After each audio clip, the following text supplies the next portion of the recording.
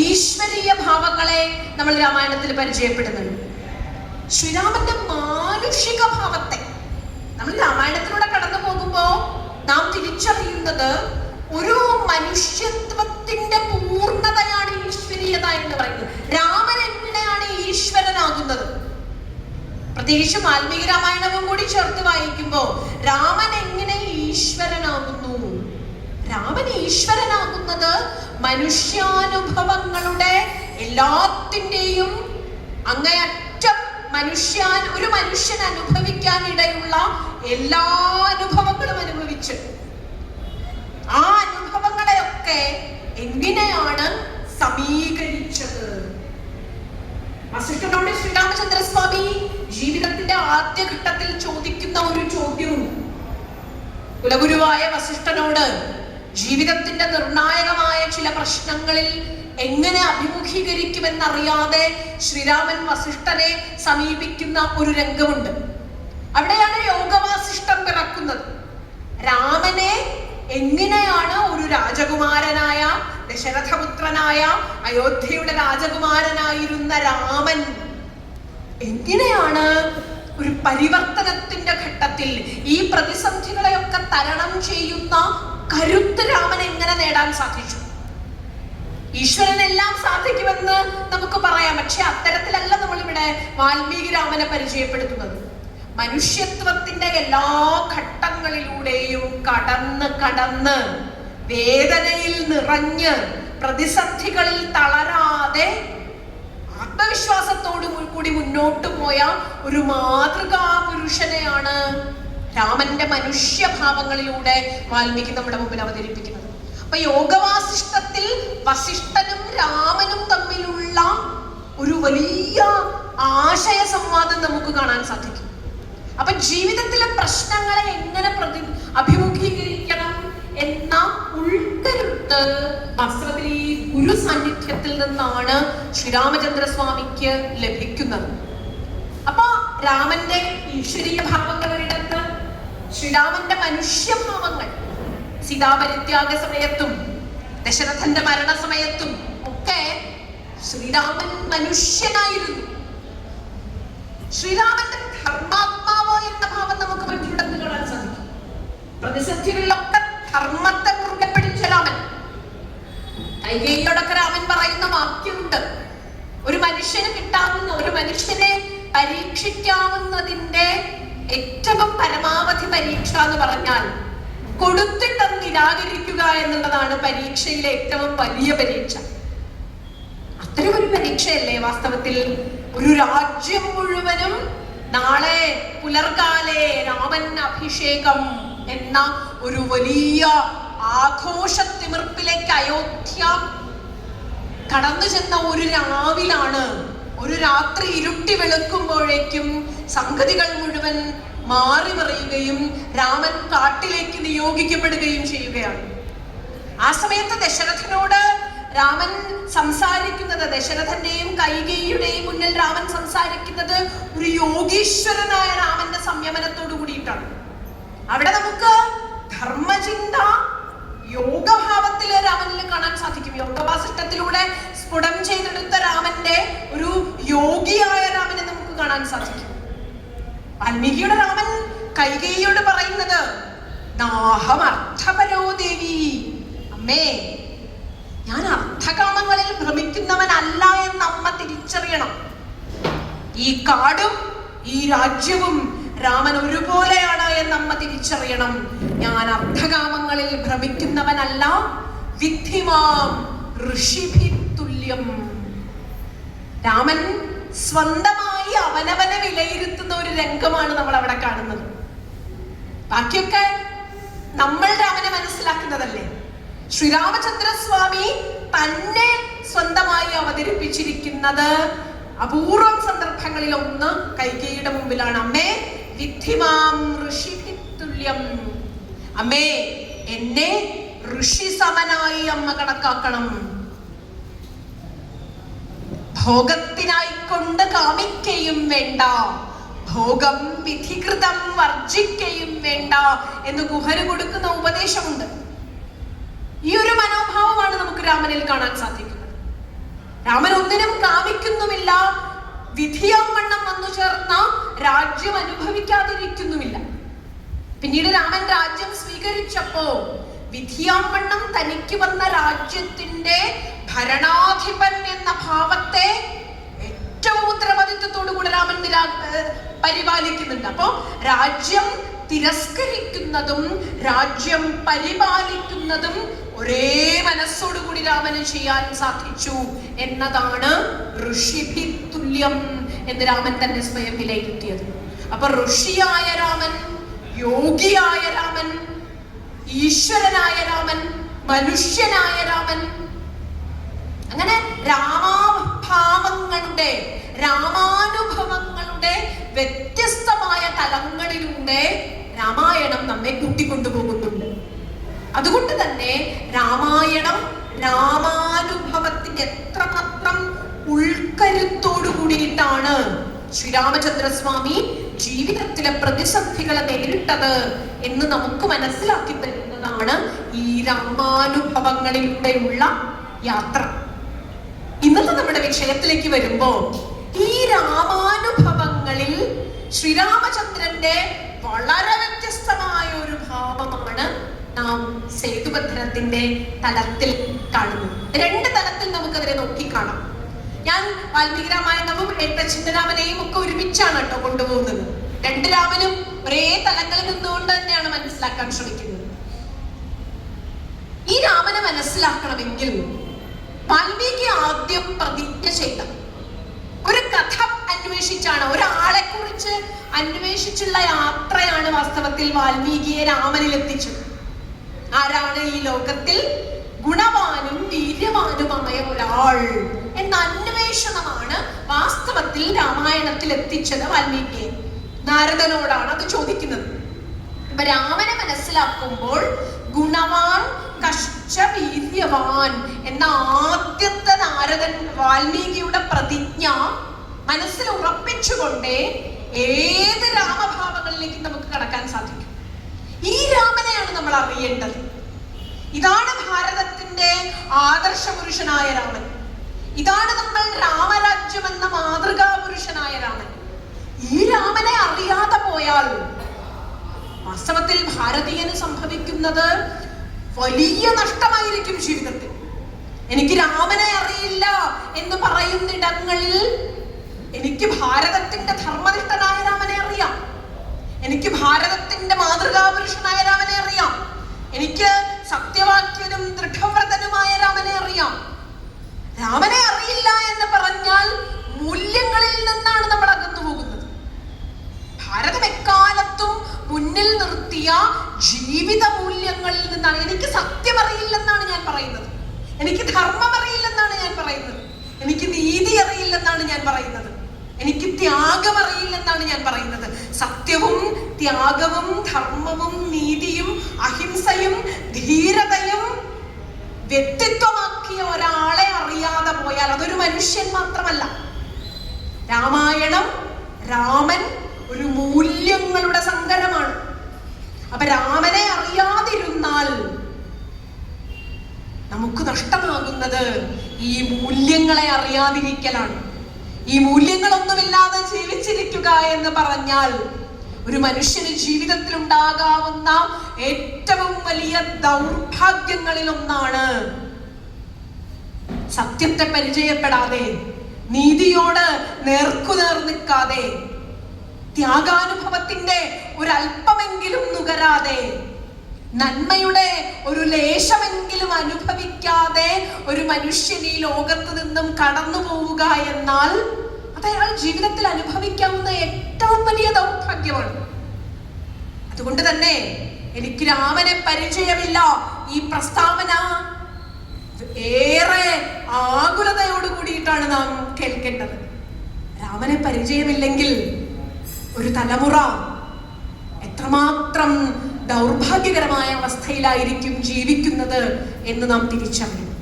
അപ്പൊ രാമനെ പരിചയപ്പെടുത്തി കൊടുക്കാൻ, ഭാരതം മുന്നോട്ട് വെച്ച ആദർശങ്ങളെ പരിചയപ്പെടുത്തി കൊടുക്കാൻ, ജീവിത വിശുദ്ധിയെ പരിചയപ്പെടുത്തി കൊടുക്കാൻ, വീര്യത്തിന്റെയും ഗുണത്തിന്റെയും സമന്വയമായ ഒരു മനുഷ്യനെ പരിചയപ്പെടുത്തി നേടിക്കൊടുക്കാൻ നാം രാമായണത്തിലൂടെ കടന്നുപോയേ പറ്റൂ.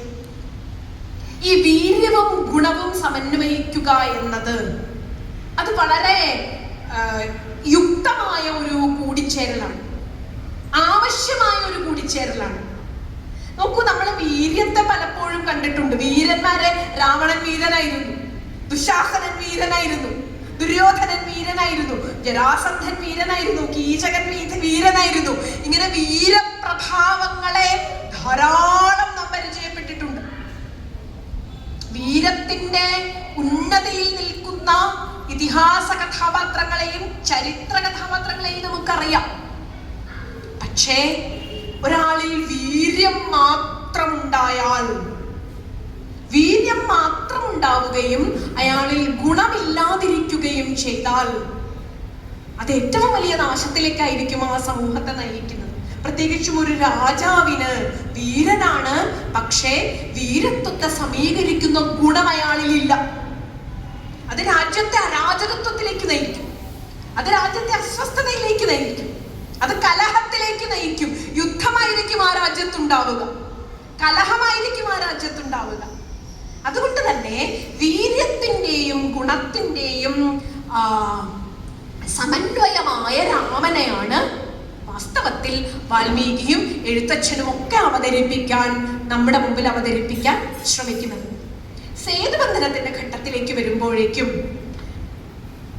ലങ്കയിലേക്ക് രാമന് സഞ്ചരിച്ചേ മതിയാകൂ.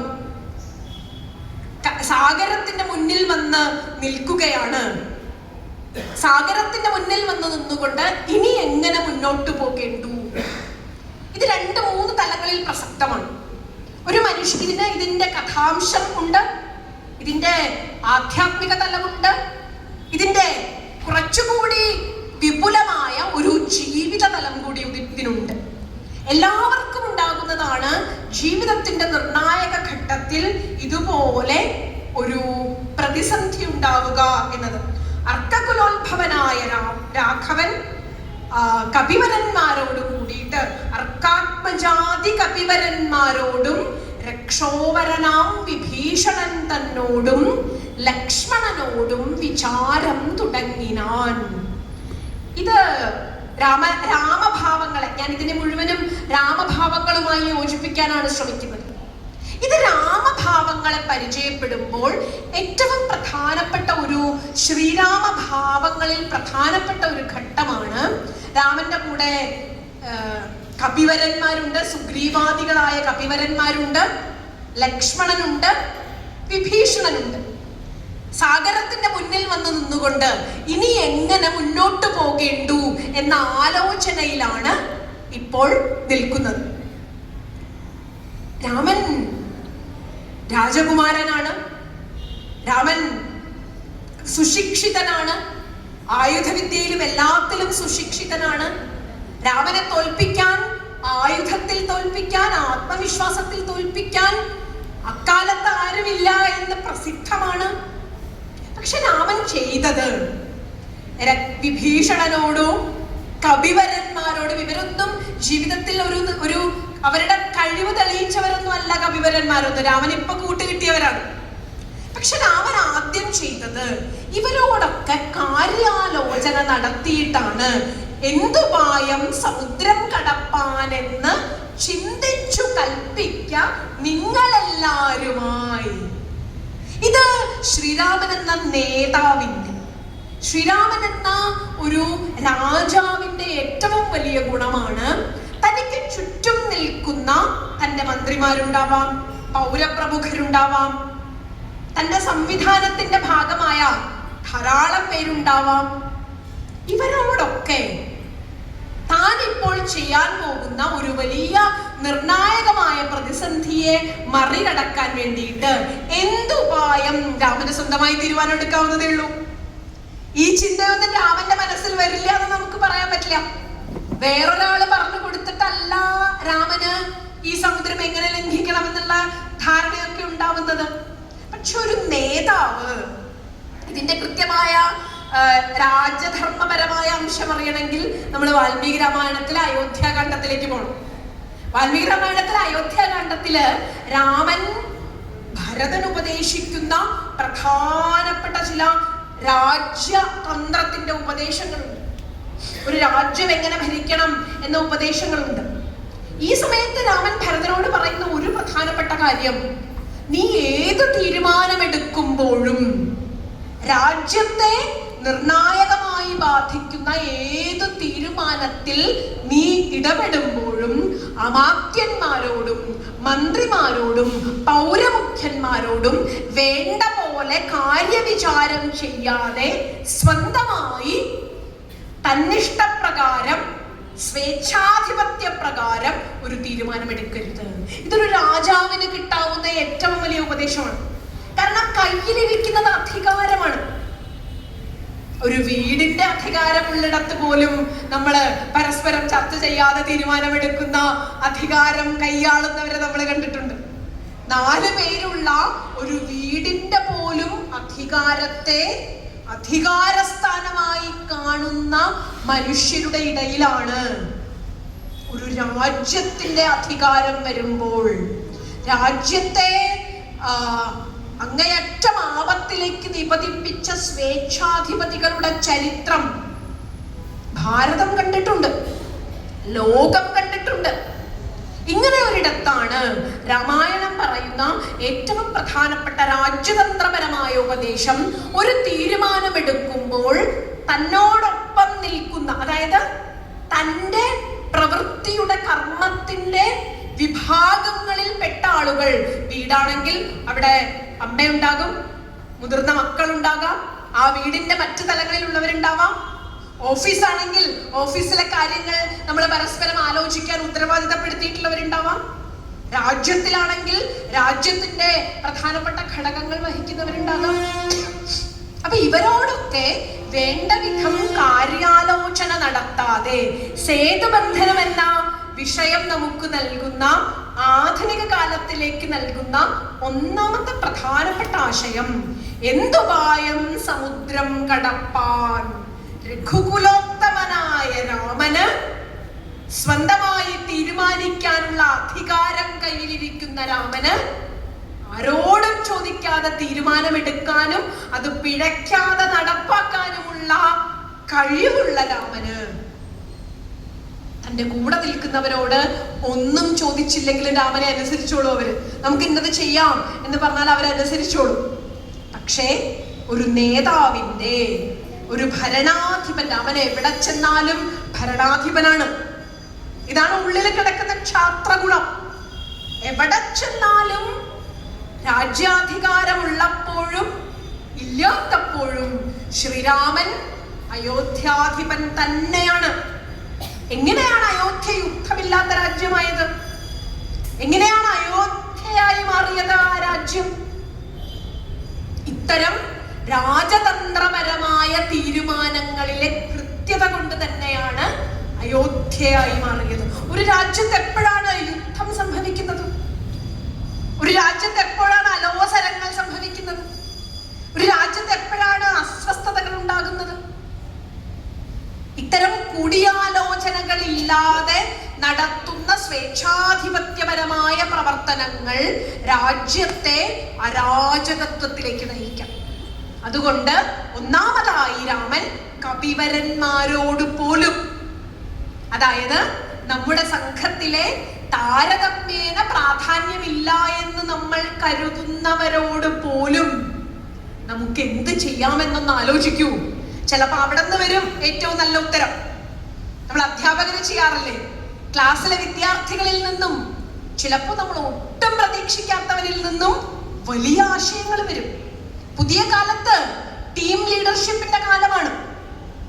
പുതിയ കാലത്തെ IT വിഭാഗത്തിലൊക്കെ ജോലി ചെയ്യുന്ന കുട്ടികൾ, അവരുടെ ടീം വർക്കാണ് അവരെ മുന്നോട്ട് നയിക്കുന്നത്. അപ്പൊ ഒരു ടീം വർക്കിൽ ഏറ്റവും പ്രധാനപ്പെട്ടത്, ഇത് രാമന്റെ ടീമാണ് അല്ലെ, ടീം രാമ എന്ന് പറയുന്നതാണ് വിഭീഷണൻ, ലക്ഷ്മണൻ, കപിവരന്മാർ. ഈ ടീം രാമ എന്നതിൽ ഓരോരുത്തരും പ്രധാനപ്പെട്ടവർ തന്നെയായിരുന്നു. അതുകൊണ്ട് ഇതെല്ലാം തന്നെ കൊണ്ട് തന്നെ സാധിക്കും എന്നറിഞ്ഞിട്ടും എന്തുപായം സമുദ്രം കടപ്പാൻ എന്ന് രാമൻ കാര്യാലോചന നടത്തി എന്നിടത്താണ് ശ്രീരാമന്റെ നേതൃത്വ ഗുണം ഒന്നാമതായി പ്രസക്തമാകുന്നത്. എല്ലാവരും കൂടി ആലോചിക്കൂ എന്ന് പറയുമ്പോൾ അവർ എല്ലാവരും കൂടി ആലോചിച്ചവർക്ക് നിരൂപിച്ചു ചൊല്ലിനാൾ, ദേവപ്രവരനായോരു വരുണനെ സേവിക്ക വേണമെന്നാൽ തെളിയും വഴി. നമുക്ക് വരുണനെ സേവിക്കാം, വരുണനെ പ്രാർത്ഥിക്കാം, വരുണനെ തപസ്സു ചെയ്യാം, എങ്കിൽ നമുക്കൊരു വഴി തെളിഞ്ഞു വരും എന്നാണ് ഈ കാര്യാലോചനയിൽ നിന്നും കിട്ടിയ ഉത്തരം. ഇത് വളരെ കൗതുകകരമായ ഒരു പ്രസ്താവമാണ്. കാരണം വരുണന്റെ മുമ്പിലാണ്, വരുണൻ അധിപനായിരിക്കുന്ന സാഗരത്തിന്റെ മുമ്പിലാണ് രാമൻ നിൽക്കുന്നത്. അതുകൊണ്ട് ആ എവിടെയാണോ നിൽക്കുന്നത് അതിന്റെ അധികാരിയോട്, ഒരു പ്രശ്നത്തിന്റെ പരിഹാരത്തിന് നമ്മൾ പലയിടത്തും പോയി അല്ല അന്വേഷിക്കേണ്ടത്. മുമ്പിലൊരു പ്രശ്നമുണ്ടെങ്കിൽ ആ പ്രശ്നം പരിഹരിക്കുന്നതിന് അതിന് ഒട്ടും ഉത്തരവാദിത്തപ്പെട്ട ആളോടല്ലാതെ നമ്മൾ എല്ലായിടത്തും പോയി ഞാൻ അലഞ്ഞു എന്നിട്ടും എന്റെ പ്രശ്നം പരിഹരിച്ചില്ല എന്ന ഉത്തരവല്ല വേണ്ടത്. ആ പ്രശ്നത്തിന്റെ യഥാർത്ഥ അധികാരി ആരാണ് എന്ന് കണ്ടുപിടിച്ച് അയാളോട് ചോദിച്ചാൽ ചിലപ്പോ പ്രശ്നത്തിന് കൃത്യമായ മറുപടി കിട്ടും. അപ്പോ സാഗരമെന്ന തരണം ചെയ്യാൻ ഏറ്റവും ബുദ്ധിമുട്ടുള്ള ഒരു പ്രതിസന്ധിക്ക് മുന്നിൽ എത്തപ്പെട്ടിരിക്കുകയാണ് രാമനും സംഘവും. സാഗരത്തിന്റെ അധികാരിയോട് തന്നെ അല്ലെ, ഒരു ആശുപത്രിയിൽ പോകുമ്പോ അവിടുത്തെ ഏറ്റവും പ്രധാനപ്പെട്ട തീരുമാനമെടുക്കേണ്ട ആള് നമ്മുടെ ഡോക്ടർ തന്നെയാണ്. ഒരു രോഗത്തെ സംബന്ധിച്ച് ഡോക്ടറോട് ചോദിക്കുക എന്നതിനപ്പുറം മറ്റൊരു പ്രതിവിധിയില്ല അല്ലെ. അതിന് ചുറ്റും നിൽക്കുന്ന പലരും ഉണ്ടാവാം, ഉപദേശിക്കാൻ ആളുണ്ടാവാം, ഇത് ചെയ്തു നോക്കൂ എന്ന് പറയാൻ ആളുണ്ടാവാം, ഇത് ചെയ്യുന്നതാവും നല്ലതെന്ന് പറയാൻ ആളുണ്ടാവാം. പക്ഷെ രോഗത്തെ സംബന്ധിച്ച് ഒരാളോടെ ചോദിക്കേണ്ടതുള്ളൂ, അത് ഡോക്ടറോട് മാത്രമാണ്. ഇവിടെ സാഗരത്തിന്റെ അധിപതിയായ വരുണനോട് ചോദിക്കാം എന്ന് തീരുമാനിക്കുകയും അങ്ങനെ രാമന്റെ സംഘം ദർഭ വിരിച്ച് നമസ്കരിച്ച് അത്ഭുത വിക്രമനായ രാമൻ ഭക്തി പൂണ്ടെത്രയും ഭക്തിയോട് കൂടിയിട്ട് ലോകത്തിന്റെ നാഥനായ, വളരെ മനോഹരമായിട്ടാണ് എഴുത്തച്ഛൻ വർണ്ണിച്ചിരിക്കുന്നത്, ലോകനാഥനായ രാമനാണെങ്കിലും മറ്റൊരു കേന്ദ്രത്തിന്റെ അധികാരം വഹിക്കുന്ന വരുണനെ പോലെയുള്ള ഒരാളുടെ മുന്നിൽ വരുമ്പോൾ ആചാരമര്യാദകളൊന്നും രാമൻ ലംഘിച്ചില്ല. അല്ല, രാമന് വേണമെങ്കിൽ കൽപ്പിക്കാം വരുണൻ ഇവിടെ വരുമെന്ന്, ഈശ്വരനായ രാമന് കൽപ്പിക്കാം വരുണൻ തന്റെ മുമ്പിൽ വരുമെന്ന്. പക്ഷേ രാമൻ ആചാരമര്യാദകളൊന്നും ലംഘിക്കാതെ ദർഭ വിരിച്ച്, അതായത് അധികാരം രാമന്റെ കയ്യിൽ സുരക്ഷിതമാണ് എന്ന് പറയാൻ ഏറ്റവും വലിയ കാരണം അധികാരത്തെ ദുർവിനിയോഗം ചെയ്യാത്തവന്റെ കയ്യിലാണ് അധികാരം സുരക്ഷിതമായിരിക്കുന്നത്. അധികാരത്തെ എങ്ങനെ വിനിയോഗിക്കണം എന്നറിയുന്നവന്റെ കയ്യിലാണ് അധികാരം സുരക്ഷിതമായിരിക്കുന്നത്. രാമൻ മാതൃകാ ഭരണാധിപതിയാകുന്നത് വരുണന്റെ ഇടത്ത് ചെന്നുകൊണ്ട്, വരുണന്റെ മുന്നിൽ ലോകൈകനാഥനായ രാമൻ ഭക്തി പുരസരം, അതായത് ഒരാളുടെ ഏരിയയിലേക്ക് നമ്മൾ കടക്കുമ്പോൾ, അയാളുടെ നിലവിൽ അയാളുടെ നിയന്ത്രണത്തിലുള്ള ഒരിടത്തേക്ക് നമ്മൾ കടക്കുമ്പോൾ അയാളോട് ഏറ്റവും ആദരപൂർവം ഭക്തി പൂണ്ട് അയാളോട് രാമൻ അനുവാദം ചോദിക്കുന്നു, വരുണനോട് അനുവാദം ചോദിക്കുന്നു. മൂന്ന് ലോകത്തിനും നാഥനാം ഈശ്വരൻ, മൂന്ന് ലോകത്തിനും നാഥനായ ഈശ്വരൻ വരുണനോട് എനിക്ക് അനുവാദം തരൂ എന്ന് ആദരവോടെ ചോദിച്ചു. അപ്പൊ രാമൻ കാട്ടിയ ഏറ്റവും മാതൃകാപരമായ ഒരു പ്രവർത്തനമാണ് നമ്മളിവിടെ കണ്ടത്. പക്ഷേ ശ്രീരാമന്റെ അത്യപൂർവമായി നമ്മുടെ മുന്നിൽ തെളിയുന്ന ഭാവത്തെ സൂചിപ്പിക്കാൻ എന്ന വണ്ണം വളരെ ആദരവോടുകൂടി വരുണനോട് പ്രാർത്ഥിച്ചിട്ടും വരുണൻ പുറത്തു വന്നില്ല. നമ്മൾ കണ്ടിട്ടുള്ള രാമൻ എങ്ങനെയാണ്? നമ്മൾ കണ്ടിട്ടുള്ള രാമന്റെ രാജീവലോചനാണ് അല്ലെ, രാമന്റെ താമരപ്പൂ പോലെ മനോഹരമായ മിഴികളെ നമ്മൾ കണ്ടിട്ടുള്ളൂ. രാമന്റെ മന്ദസ്മിതമേ നമ്മൾ കണ്ടിട്ടുള്ളൂ. രാമൻ ശബരിയെ ചേർത്ത് പിടിച്ചതേ നമ്മൾ കണ്ടിട്ടുള്ളൂ. രാമൻ സീതയുടെ ഹൃദയം കവർന്ന രാമനെ നമ്മൾ കണ്ടിട്ടുള്ളൂ. ദശരഥന്റെ മകനെ നമ്മൾ കണ്ടിട്ടുള്ളൂ. പക്ഷേ നമ്മൾ കാണാത്ത ക്രോധേന രക്താന്തനേത്രനാം രാമനെ നമ്മൾ കണ്ടിട്ടില്ല. ക്രോധം കൊണ്ട് ചുവന്നു തുടുത്ത കണ്ണുകളോടുകൂടിയ രാമനെ നമുക്ക് അത്യപൂർവമായ പരിചയം. ഇതൊരു രാമഭാവമാണ്. അധർമ്മത്തിനു മുന്നിൽ ഒരാൾ വന്ന് തൻ്റെ കൊട്ടാരത്തിന് മുന്നിൽ വന്നു നിന്നുകൊണ്ട് അഭ്യർത്ഥിക്കുമ്പോൾ കൊട്ടാരത്തിന്റെ അകത്തളങ്ങളിൽ നിന്നും പുറത്തിറങ്ങി വരാൻ മടിക്കുന്ന അഹങ്കാരത്തിനു മുന്നിൽ ശ്രീരാമഭാവം ക്രോധത്തിൻ്റെതാണ്. ചെന്താമര നേത്രങ്ങളോടുകൂടിയ താമര രാജീവലോചനായ രാമൻ ചുവന്നു തുടുത്ത കണ്ണുകളോടുകൂടിയവനായിത്തീരും. ഇതാണ് ധർമ്മത്തിന്റെ മഹത്വം. നിലപാടുകളിൽ കാർക്കശ്യമുണ്ട്, സ്വഭാവത്തിൽ ദൃഢതയുണ്ട്. വളരെ ലളിത സ്വഭാവനായ ചിരിച്ചുകൊണ്ടിരിക്കുന്ന രാമനിൽ നിന്നും കർക്കശ സ്വഭാവത്തോടുകൂടിയ ദൃഢസ്വഭാവത്തോടുകൂടിയ വീര്യവാൻ എന്ന് നമ്മൾ പറയുന്ന രാമനില്ലേ, ഇതാണ് ഞാൻ ആദ്യം പറഞ്ഞത്. ഈ ഗുണവാനെയും വീര്യവാനും സമന്വയിക്കുന്ന ഇടമാണിത്. നമ്മൾ നേരത്തെ കണ്ടത് ഗുണമാണ്. വരുണനോട് അനുവാദം ചോദിച്ചു, കൂടെ നിൽക്കുന്നവരോടൊക്കെ അനുവാദം ചോദിച്ചു.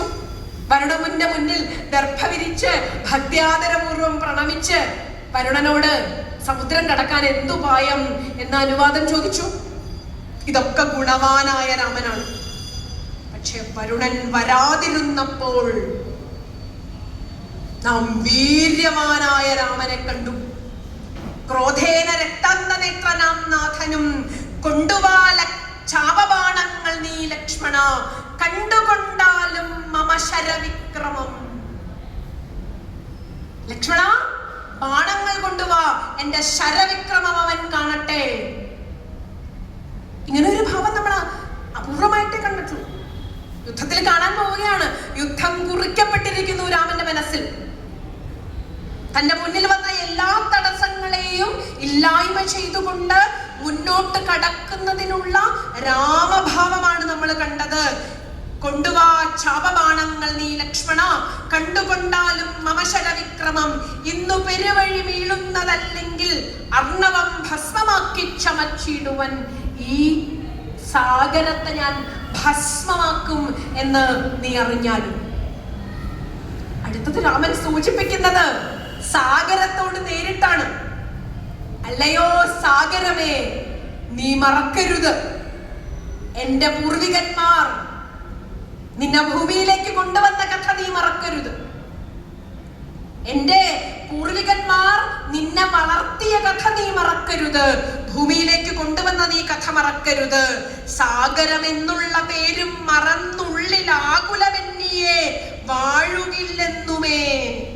ഇതൊരു ഭീഷണിയുടെ സ്വരമാണ്. നീ സാഗരം എന്ന പേര് മറന്നുകൊണ്ട് ഈ ഭൂമിയിൽ വാഴാനാണ് ഉദ്ദേശമെങ്കിൽ നീ ആരാണ് ശ്രീരാമൻ എന്ന് മനസ്സിലാക്കും. സഗരപുത്രന്മാരുടെ കഥ നമുക്കറിയാം. സഗരപുത്രന്മാരെ ജീവിപ്പിക്കുന്നതിന്, അവർക്ക് മോക്ഷം നൽകുന്നതിന് വേണ്ടിയിട്ടാണ് ഭഗീരഥൻ പ്രയത്നം ചെയ്തുകൊണ്ട് സാഗരം എന്ന പേര് സമുദ്രത്തിന് വന്നത് എങ്ങനെയാണെന്ന് നമുക്കറിയാം.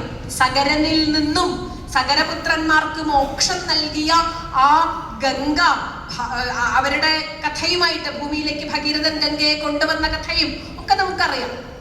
അപ്പൊ അതുകൊണ്ട് എന്റെ പൂർവികന്മാരായ സഗരപുത്രന്മാരുടെ അവർക്ക് വേണ്ടി സാഗരം, അവർ ഭൂമി കുഴിച്ചു കുഴിച്ചു കുഴിച്ച് യാഗം ചെയ്ത് ഭൂമി കുഴിച്ചു കുഴിച്ചു കുഴിച്ചു പോയിട്ടാണ് ആ സ്ഥലമാണ് സാഗരമായി മാറിയത്. പ്രസിദ്ധമായ കഥയാണ്. അപ്പൊ സാഗരം എന്ന പേര് നിനക്ക് വന്നത് എന്റെ പൂർവികന്മാർ ഭൂമി കുഴിച്ചു കുഴിച്ചു കുഴിച്ചുണ്ടാക്കിയതാണ്. അതുകൊണ്ട് നീ ഒരിക്കലും മറക്കരുത്, നിന്റെ ആ സാഗരം എന്ന പേരില്ലാതാക്കി നിന്നെ ഭസ്മമാക്കിയിടുവാൻ ഞാൻ ഒരാൾ മാത്രം മതിയാകും. നിന്റെ പ്രതാപം നഷ്ടമാക്കുവാൻ, നിന്നെ ഒന്നുമല്ലാതാക്കി തീർക്കുവാൻ ഞാൻ മാത്രം മതിയാകും എന്ന രാമ അഭാവത്തിന്റെ ഭസ്മമാക്കിയിടുവൻ വാരാനിധിയെ ഞാൻ, വിസ്മയം എല്ലാവരും കണ്ടു നിൽക്കണം. ഇത്തം രഘുവരൻ വാക്കുകേട്ട നേരം പൃഥ്വീരുഹങ്ങളും കാനനജാലവും പൃഥ്വിയും കൂടെ വിറച്ചു ചമഞ്ഞിതു. മിത്രനും മങ്ങി നിറഞ്ഞു തിമിരവും അബ്ധിയും ക്ഷോഭിച്ചു. ഇത് എഴുത്തച്ഛൻ എപ്പോഴും ഉപയോഗിക്കുന്ന ഒരു ഭാവമാണ്. അതായത് ഒരു കഥാപാത്രത്തിന്റെ ക്രോധത്തെ, വാത്സല്യത്തെ, കാരുണ്യത്തെ, പ്രണയത്തെ, ദുഃഖത്തെ ഒക്കെ വർണ്ണിക്കുമ്പോൾ എഴുത്തച്ഛൻ അതിന് ചുറ്റുമുള്ള പ്രകൃതിയിൽ ഉണ്ടാകുന്ന മാറ്റങ്ങളെ വർണ്ണിക്കും. നോക്കൂ, രാമൻ ക്രോധത്താൽ ജ്വലിച്ചപ്പോൾ പൃഥ്വീരുഹങ്ങളും കാനനജാലവും പൃഥ്വിയും കൂടെ വിറച്ചു ചമഞ്ഞിത്. ചുറ്റുപാട് നിൽക്കുന്ന പ്രകൃതിയിൽ ആ മാറ്റം ഉണ്ടായി. അത് രാമായണം നന്നായി വായിക്കുന്ന ഒരാൾക്ക് രാമായണത്തിലെ പ്രകൃതി ഒന്ന് മനസ്സിരുത്തി വായിച്ചാൽ വളരെ കൗതുകമുണ്ടാകും. കാരണം രാമൻ ദേഷ്യപ്പെട്ടു എന്ന് പറയുമ്പോ രാമന് ചുറ്റുമുള്ള ജീവജാലങ്ങളുടെ മുഖത്ത് മുഴുവനും, നിങ്ങൾ ഈ കേരളത്തിന്റെ ചിത്രകലാ പാരമ്പര്യത്തില് ചുവർ ചിത്രങ്ങളൊക്കെ നോക്കിയാൽ മനസ്സിലാവും. ചുവർ ചിത്രത്തിൽ ഒരു കഥാപാത്രത്തിന്റെ മുഖഭാവമായിരിക്കും ആ ചിത്രത്തിൽ വരച്ചിട്ടുള്ള എല്ലാ ജീവികൾക്കും. അപ്പൊ ഒരു കുരങ്ങൻ കൗതുകത്തോടെ ഇരിക്കുന്നുണ്ടാവും, ഒരു പശു ഇങ്ങനെ കൗതുകത്തോടെ നോക്കുന്നുണ്ടാവും, ഒരു തത്തയുടെ കണ്ണിൽ കൗതുകമുണ്ടാകും, അവിടെ വിരിഞ്ഞു നിൽക്കുന്ന പൂവിൽ സന്തോഷമുണ്ടാകും. ഒരു ദുഃഖരംഗമാണ് വരയ്ക്കുന്നതെങ്കിലോ ആ ദുഃഖരംഗത്തിൽ ചുറ്റും നിൽക്കുന്ന പ്രകൃതിക്ക് വാടിത്തളർന്ന പൂവ്, കണ്ണിൽ കനം വച്ച ഒരു പക്ഷി, പരസ്പരം ദുഃഖത്തോടെ നോക്കുന്ന രണ്ട് ജീവികൾ, ഇങ്ങനെയാവും വരയ്ക്കുന്നത്. അപ്പൊ ഒരു ചിത്രകാരന് രാമായണം ഒരു പ്രകൃതി ചിത്രമായിട്ട് മനസ്സിലാക്കാൻ സാധിക്കും. അങ്ങനെ ഒന്ന് വായിച്ചു നോക്കുമ്പോൾ വലിയ കൗതുകമാണ്. രാമന്റെ കണ്ണിൽ ക്രോധം നിറഞ്ഞു എന്ന് കവി വർണ്ണിക്കുമ്പോൾ ആ ക്രോധത്തെ നമുക്ക് മനസ്സിലാക്കി തരുന്നതിന് വേണ്ടിയിട്ട് പൃഥ്വീരുഹങ്ങളും കാനനജാലവും പൃഥ്വിയും കൂടെ വിറച്ചു ചമഞ്ഞിതു. മിത്രനും മങ്ങി. സൂര്യൻ പെട്ടെന്ന് രാമകോപം കണ്ടിട്ട് ഭയന്ന് മങ്ങി. തിമിരം അബ്ധിയും ക്ഷോഭിച്ചു, സാഗരം ക്ഷോഭിച്ചു. അങ്ങനെ ആകെ രാമഭാവങ്ങളെ പ്രതിഫലിപ്പിക്കുന്ന രീതിയിൽ പ്രകൃതി മുഴുവനും ഒരു നിമിഷം മാറുകയാണ്. അപ്പൊ രാമായണത്തിൽ അത്യപൂർവമായി മാത്രം നമ്മൾ പരിചയപ്പെട്ട രാമന്റെ ക്രോധഭാവത്തെയാണ്. അസത്യത്തോട്, അനീതിയോട് രാമൻ കൃത്യമായ ധാർമ്മിക നിലപാടോടുകൂടി ക്രോധഭാവത്തിൽ വരുന്നതാണ് നമ്മൾ ഇവിടെ കണ്ടത്. എന്തായാലും ശ്രീരാമന്റെ ക്രോധത്തിനു മുന്നിൽ ചാപമെടുത്തുകൊണ്ടാണ് വരുണനെ വെല്ലുവിളിക്കുന്നത്. നിന്നെ ഞാൻ ഭസ്മമാക്കി തീർക്കും, നിന്റെ വലിയ സാഗര പ്രൗഢിയൊക്കെ ഉണ്ടല്ലോ, അത് നിനക്ക് എങ്ങനെ കിട്ടിയെന്ന് നീ തിരിച്ചറിയണം. ഒരു നിമിഷം കൊണ്ട് നിന്നെ ഞാൻ ഇല്ലാതാക്കുമെന്ന രാമന്റെ വലിയ ഭീകരമായ പ്രസ്താവവും അതിനോടനുബന്ധിച്ച് സമുദ്രം തിരയിളക്കി മറിഞ്ഞു. ചുറ്റുപാട് നിൽക്കുന്ന ജീവജാലങ്ങളൊക്കെ ഭയപ്പെട്ട് ഭീതിയോടുകൂടി നിലവിളിച്ചു. ഈ സമയത്ത് അപ്പോൾ ഭയപ്പെട്ടു ദിവ്യരൂപത്തോടും ദിവ്യാഭരണ സമ്പന്നനായി 10 ദിക്കും നിറഞ്ഞൊരു കാന്ത്യ നിജഹസ്തങ്ങളിൽ പരിഗൃഹ്യ രത്നങ്ങളും, കയ്യിൽ രത്നങ്ങൾ എടുത്തുകൊണ്ട് ഭയന്ന് വിനയാന്വിതനായി വിശ്രസ്തനായി രാമപാദാന്തികെ വച്ചു ദണ്ഡ നമസ്കാരവും ചെയ്ത് രക്തലോചനായ രാമന്റെ മുന്നിൽ രത്നങ്ങളും ഒക്കെ സമർപ്പിച്ചുകൊണ്ട് വിനയത്തോടു കൂടിയിട്ട് ഈ ഭയപ്പെടുത്തിയപ്പോൾ വരുണൻ വന്നു. നോക്കൂ, വളരെ സൗമ്യമായി പറയുന്ന ശീലമുള്ളവനാണ് രാമൻ. വളരെ ലളിതമായി ഇടപെടുന്ന ശീലമുള്ളവനാണ് രാമൻ. അത്യപൂർവമായി മാത്രമേ രാമൻ വാക്കുകൾ പോലും പ്രയോഗിക്കുകയുള്ളൂ. ശ്രീരാമന്റെ മൗനമാണ് രാമായണത്തിലെ ഏറ്റവും ഗാഠമായ മൗനം. കാരണം സത്യവാക്യനായ ഒരാൾക്ക് അധികം സംസാരിക്കാൻ സാധിക്കില്ല. സത്യത്തിന് വലിയ ചാരുതകളോടെ സംസാരിക്കേണ്ട ആവശ്യമില്ല. ചാരുതകളോടെ സംസാരിക്കേണ്ടത് അസത്യത്തിനാണ്. സത്യവാക്യനായ ഒരാൾക്ക് ഒരാൾക്ക് ഒന്നോ രണ്ടോ വാക്കുകൾ പറഞ്ഞാൽ മതിയാകും. വലിയ വാക്കുകൾ പറഞ്ഞ് മണിക്കൂറുകൾ ബോധ്യപ്പെടുത്തേണ്ടി വരുന്നത് ആ സത്യത്തെയാണ്. സത്യം സ്വയം സ്ഥിരീകരിക്കുന്ന, സ്വയം ന്യായീകരിക്കുന്ന യാഥാർത്ഥ്യമാണ് സത്യം. അതുകൊണ്ട് തന്നെ രഘുവംശ രാജാക്കന്മാരെ പരിചയപ്പെടുത്തുമ്പോ കാളിദാസൻ സൂചിപ്പിക്കുന്ന വളരെ പ്രധാനപ്പെട്ട ഒരു വാക്യമുണ്ട്, സത്യായ മിതഭാഷിണാം എന്ന്. രഘുവംശ രാജാക്കന്മാർ സത്യസന്ധരായിരുന്നു, അതുകൊണ്ട് അവർ മിതഭാഷികളായിരുന്നു. രാമൻ രഘുവംശ രാജാക്കന്മാരിൽ ഏറ്റവും ശ്രേഷ്ഠനാണ്. യശസേ വിജിഗീഷൂണാം, യശസ്സിനു വേണ്ടി വിജയം വരിച്ചവരാണ് അവർ. അവർ വിജയികളായിരുന്നു. അവർ ലോകത്തെ മുഴുവൻ പരാജയപ്പെടുത്തിയിരുന്നു. കാരണം രഘുവംശ യശസ് നിലനിർത്തണം. അതിൽ കാളിദാസൻ വളരെ ഗാഠമായ ഭാവതീവ്രതയോടെ രഘുവംശ രാജാക്കന്മാരെ പരിചയപ്പെടുത്തിയ ഒരു വാക്യമാണ് സത്യായ മിതഭാഷിണാം എന്ന്. സത്യം മാത്രമേ പറഞ്ഞിരുന്നുള്ളൂ എന്നതുകൊണ്ട് രഘുവംശ രാജാക്കന്മാരെല്ലാവരും തന്നെ, ശ്രീരാമചന്ദ്രൻ ഉൾപ്പെടുന്ന രഘുവംശ രാജാക്കന്മാരെല്ലാവരും തന്നെ അലങ്കാര ഭാഷണങ്ങൾ ഉപയോഗിക്കില്ല, മിതഭാഷികളായിരുന്നു. ഈ മിതഭാഷിയായ രാമന്റെ മുന്നിലാണ് കീഴടങ്ങാതിരുന്ന വരുണനോട് ഒരൊറ്റ വാക്കേ രാമൻ പറഞ്ഞുള്ളൂ, നിന്റെ പേര്, സാഗരം എന്ന നിന്റെ പേര് ഇല്ലാതാകുന്ന വിധത്തിൽ നിന്നെ ഞാൻ ഭസ്മമാക്കും. ആ ഒരൊറ്റ കൃത്യമായ വാക്കിൽ, അനേക വാക്കുകൾ കൊണ്ട് രാമൻ സംസാരിച്ചില്ല, ഒറ്റ വാക്കിൽ, ഒറ്റ ബാണപ്രയോഗത്തിൽ വരുണൻ തന്റെ രാമന്റെ പാദങ്ങളിൽ വന്ന് രത്നങ്ങളുമൊക്കെയായി വന്ന് നമസ്കരിച്ച് രാമനെ സ്തുതിക്കുന്ന മനോഹരമായ ഒരു വരുണ സ്തുതിയാണ് രാമായണത്തിലെ അടുത്ത ഭാഗം. അത് നമ്മളൊരു വലിയ ചെയ്യാൻ പാടില്ലാത്ത ഒരു കർമ്മം ചെയ്തതിലെ ഒരു വലിയ ശരണാഗതിയുണ്ട് വരുണന്. ഞാൻ ആരോടാണ് ഈ തെറ്റു ചെയ്തത്? സാക്ഷാൽ ശ്രീരാമചന്ദ്ര സ്വാമിയോട് തെറ്റു ചെയ്തല്ലോ എന്ന വരുണന്റെ ഒരു കുറ്റബോധമുണ്ട്, ഒരു ജാള്യതയുണ്ട്, വരുണന്റെ ശരണാഗതിയുണ്ട്. തങ്ങളെപ്പോലെയുള്ള തമോ ഗുണം അധികരിച്ചു നിൽക്കുന്നവർക്ക് തെറ്ററിയാതെ പറ്റിപ്പോകുമെന്ന ഒരു ഏറ്റുപറച്ചിലുമുണ്ട്. മനോഹരമായ ഒരു സ്തുതിയാണ്. ആദ്യ ഭാഗങ്ങളിൽ പൂർണ്ണമായും ശരണാഗതിയാണ്. ത്രാഹിമാം ത്രാഹിമാം ത്രൈലോക്യപാലക, ത്രാഹിമാം ത്രാഹിമാം വിഷ്ണോ ജഗൽപദേ. അത് വീട്ടിൽ വായിക്കുമ്പോൾ മനോഹരമായി വായിക്കാവുന്നതാണ്. ത്രാഹിമാം ത്രാഹിമാം പൗലസ്ത്യനാശന, ത്രൈലോക്യപാലകൻ, ജഗൽപതി, പൗലസ്ത്യനാശനൻ, രമാപതി. ഇങ്ങനെ ശ്രീരാമചന്ദ്ര സ്വാമിയുടെ ഗുണങ്ങളെ വർണ്ണിക്കുന്ന മനോഹരമായ പദങ്ങളെ കൊണ്ട്, ആശയങ്ങളെ കൊണ്ട് വരുണൻ ശ്രീരാമചന്ദ്രനെ സ്തുതിക്കുന്നു. തുടർന്ന് വരുണൻ പറയുന്ന വരുണസ്തുതിയിലെ രണ്ട് പ്രധാനപ്പെട്ട ആശയങ്ങൾ, ഒന്ന് ആദികാലേ തവ മായാഗുണവശാൽ, അവിടുന്നാണ് മായ കൊണ്ട് പഞ്ചഭൂതങ്ങളായ ഞങ്ങളെയൊക്കെ സൃഷ്ടിച്ചത്.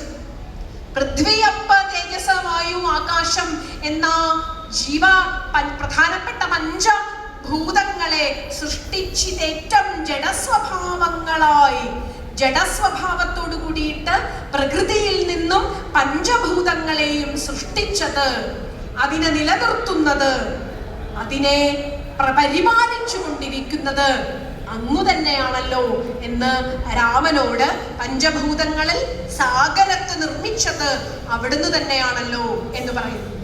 അതുകൊണ്ട് തന്നെ ഓരോ ജീവജാലങ്ങൾക്കും ഓരോ ഗുണങ്ങളുണ്ട്. സത്വഗുണപ്രധാനികളായിട്ടുള്ളവരുണ്ട്, രജോ ഗുണം പ്രധാനമായിട്ടുള്ളവരുണ്ട്. ഞങ്ങളെപ്പോലുള്ള തമസ് പ്രധാനമായ ജഡഭാവത്തോടു കൂടിയ ജീവികളിൽ വിവേകം ചിലപ്പോൾ കുറഞ്ഞിരിക്കും. ഭഗവാനെ, ഞങ്ങളൊരു കാര്യം ചെയ്യുമ്പോൾ വിവേകത്തോടെ ചെയ്യണമെന്നുള്ള ബോധം നമുക്ക് ഉണ്ടായിക്കൊള്ളണമെന്നില്ല. അതുകൊണ്ട് ചിലപ്പോ മായയ്ക്ക് അധീനരായി ഞങ്ങൾ അവിടുത്തെ പ്രഭാവം തിരിച്ചറിയാതെ പോകും. അതുകൊണ്ട് അവിടുന്ന് വിളിച്ചപ്പോൾ വരാതിരുന്ന എൻ്റെ അവിവേകം ക്ഷമിക്കണേ വളരെ രസകരമായിട്ടുള്ള ചില പ്രയോഗങ്ങളുണ്ട് എഴുത്തച്ഛന്റെ. നമ്മൾ എപ്പോഴും പറയാറില്ലേ, ഭാഷ പഠിക്കുന്നതിന് വേണ്ടിയിട്ട്, പ്രത്യേകിച്ചും മലയാള ഭാഷയിലെ മനോഹരമായ പദങ്ങളെ പരിചയപ്പെടുന്നതിന് വേണ്ടിയിട്ട് നമ്മുടെ കുഞ്ഞുങ്ങൾക്ക് എഴുത്തച്ഛനെ പരിചയപ്പെടുത്തിയേ മതിയാകും. ഒരു മാസം രാമായണത്തിലൂടെ കടന്നുപോയി രാമായണത്തിലെ പ്രധാനപ്പെട്ട ഭാഗങ്ങളൊക്കെ വായിച്ച് ഒരു മാസം കഴിയുമ്പോ ഈ നമ്മുടെ നാവിലാണ് എഴുത്തച്ഛൻ വിളയാടുന്നത് എന്ന് തോന്നും. നമ്മുടെ പദങ്ങൾ, നമ്മുടെ വാക്യഘടന, നമ്മുടെ ആശയഘടനയ്ക്ക് രാമായണത്തിന്റെ കരുത്തുണ്ടാകും. വാരിധി തന്നെ